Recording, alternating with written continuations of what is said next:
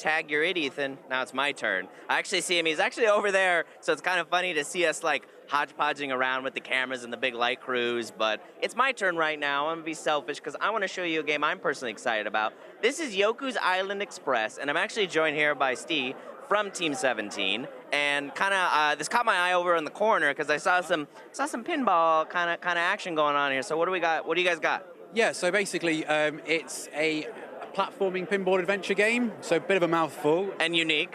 Yeah, absolutely, with a little sprinkle of open world adventure in there as well, because it's got like some non-linear gameplay, you can go different quest lines, all that sort of stuff, with a little sprinkle of Metroidvania, so you know, there's a whole. You guys really cracked open the Skittle Rainbow and just shoved everything in there and said, "It's a game." Yeah, there's a lot going on there, but it's a really like fun, beautiful game. We're really like excited about, you know, showing it here, like getting people playing it, getting like hands on. Yeah, and that's why it caught my eye actually when we were doing the initial walk around, seeing which ones we wanted to show. This one caught my eye up specifically because of the art style, and then of course Team 17, big fan of many of your guys' past work. Obviously, Worms being a thing, and then you guys actually had a label you were telling me about. Yeah, exactly. Kind of highlight a little bit about that because you guys didn't make this game, to point out. No. Another studio is, and we'll shout out to them, and then kind of what you guys are doing to help bring these games to the people. Sure. Well, so this game in particular was done by Villa Gorilla. They are a team of 5 guys from Stockholm in Sweden. That's it? 5 guys made this? Yeah, 5 guys.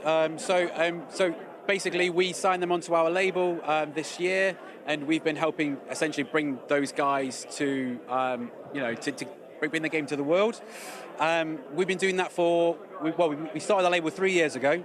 Obviously we've been a developer ourselves for 28 years now, but what we do is we help indie developers get their game, out into the market, bring them to events, and just really, kind of get the exposure that they need to, get everyone's attention. And I think that's pretty exciting because obviously 5 guys in Stockholm, you said? Yeah. Probably very hard to get a game out there and in the public in Seattle, Washington, in front of these hundreds of fans, but here we are thanks to Team 17, so it's worth shouting out. Yeah, exactly. But while we got a new runner-up here, let's talk about what we are seeing here. Okay, so this is the second demo, it's the Aerial Ascent. So this is a bit further on in the game. So some of the mechanics are a bit more skill-based. So the other demo that we saw earlier, that is the beginning of the game. So it's very just like, introducing the mechanics to it. Where now we're sort of, getting going. And so this guy here, he needs to keep spinning. Keep spinning. We're helping him live too, folks. So he's got to almost build momentum. There we go. So he's building momentum. That unlocks the door. So here we're in the aerial ascent level, and there is a hatch that needs to be closed so we can get all the material up to the top. And essentially different parts of the island as the story unfolds. There's lots of different characters that need your help. And Yoku, he's the postman, but he's got a lot of other jobs to do. I was gonna say, what kind of character is that? Because he looks like a little ant beetle. Oh, he's a dung beetle. So he's good at rolling it's his objects, yeah? Yeah, it's his ball. So, yeah. I love it. I love the idea. And then he helps I'm sure he meets little other characters along. Yeah, so in the demo here, there's like a hedgehog character, there's like a rat character, there's lots of all different characters with, all different like backgrounds and all that sort of stuff. I love the art inspiration here. Chat was actually, Chat, I got you up, by the way, you beautiful people. People are saying like, oh, this reminds them kind of Rayman, but in a very pinball style. Yeah, it's definitely got that. I think, obviously took a bit of inspiration from Ori as well. Obviously, big Xbox title, Love that game. Huge fan, yeah, it's awesome. So yeah, just trying to get that, like that sort of, because it's all hand painted. Like nothing was like asset created. Oh, this game right here that we're looking at was hand painted. Yeah, all hand painted by 5 people. Well, actually, mostly Matthias and also Johanna, like real fantastic, talented guys. Like super good. And then I'm seeing layers here, so it looks like they had to paint different layers even on some of these levers. Yeah, absolutely. I mean, obviously the Linus who does the level design as well. Obviously, everything is quite sort of meticulously put everywhere, just to kind of help lead the player go the right way. But it's everything's there for a reason. And it even looks like you have a collectible element too. I'm noticing like the pinball unlock, like the classic sequence where like maybe you light up one item and then it shoots again and you light up it twice. Yeah, exactly. So what you do when you unlock the different areas, you also are collecting like tropical fruit.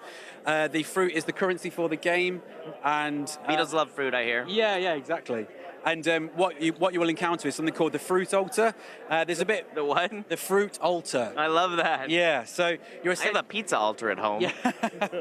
So essentially, you offer your fruit up to the fruit altar, and I love this, by the way. yeah, and that's like how you start to unlock more abilities. So as here we can see, it's got the slug vacuum. What you need to do is you vacuum the slug, it sticks to your ball, and then you're using that to like as an explosive against these more sort of Slugs? Yeah. Some more like fortified rocks. Oh, I see. So when Yeah, when you capture them on, you can Yeah. basically like blow those away to be able to unlock new areas.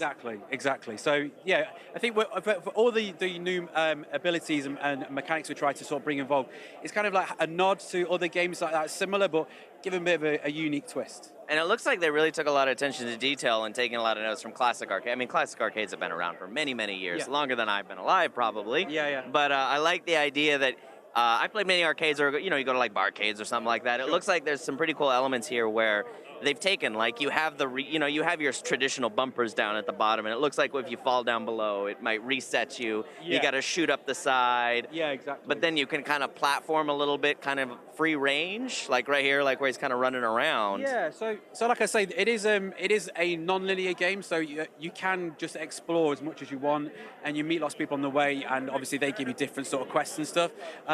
We try to create like quite a chilled experience, so any sort of like spike traps you fall into, all you do is just lose some fruit.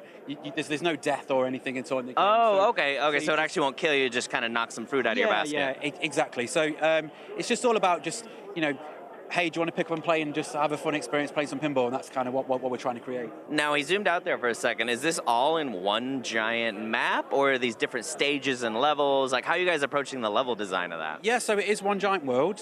And The Ori, I like, again, inspiration from Ori. Exactly. And there is a fast traveling mechanic, which was sort of hinted in our most recent trailers. You have these cannons that shoot you around. So if you've completely, done everything in a level, but you need to go back for something, there is a fast travel mechanic in there as well. But there are sort of caves, there's hot springs. Obviously, this is the sort of mountains, ice levels.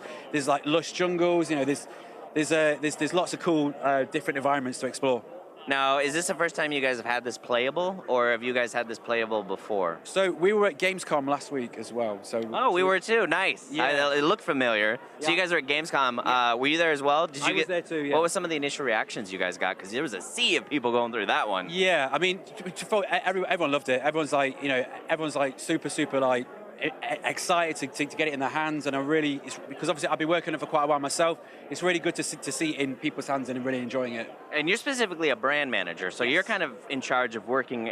I'm going to assume you're in charge of helping the studio, which again is Villa Gorilla. And you're kind of in charge of helping them basically take this baby that they've made, which is gorgeous, and kind of getting it out in the world. What's that like working head to head with creators of this level to be able to see that fruition? So essentially, what we tried to do is understand, who's the game for, and what type of games those people like, and what sort of where they like to, get news about games and things like that. Just start to think about how these players, consume media and all that sort of stuff.